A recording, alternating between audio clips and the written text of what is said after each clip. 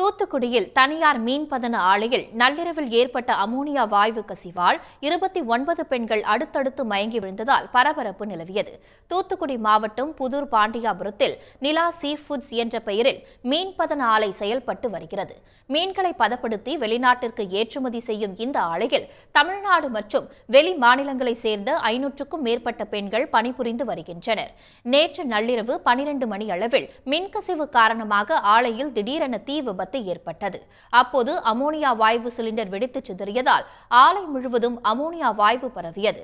இந்த விபத்தில் மூச்சு திணறல் ஏற்பட்டு அடுத்தடுத்து 29 பெண்கள் மயங்கி விழுந்தனர். இதையடுத்து அவர்கள் அனைவரும் அருகில் உள்ள தனியார் மருத்துவமனைகளுக்கு அழைத்துச் செல்லப்பட்டனர். மீட்பு பணியின் போது மயக்கமடைந்த தீயணைப்பு வீரர் வெங்கட்சாமியும் தனியார் மருத்துவமனையில் சிகிச்சை பெற்று வருகிறார்.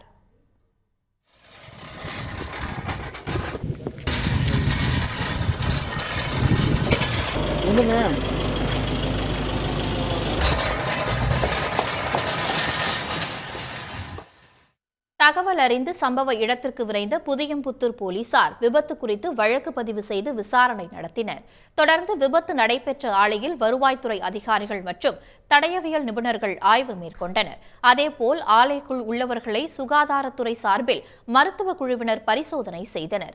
இதன் காரணமாக மீன்பதன ஆலையில் இன்று எந்தவித பணிகளையும் மேற்கொள்ளக்கூடாது என்றும் பணிக்கு வந்த ஊழியர்களை வெளியேற்றவும் மாவட்ட ஆட்சியர் லட்சுமிபதி உத்தரவிட்டுள்ளார். உடனுக்குடன் செய்திகளை தெரிந்து கொள்ள சன் நியூஸ் பெல் ஐகானை கிளிக் பண்ணுங்க.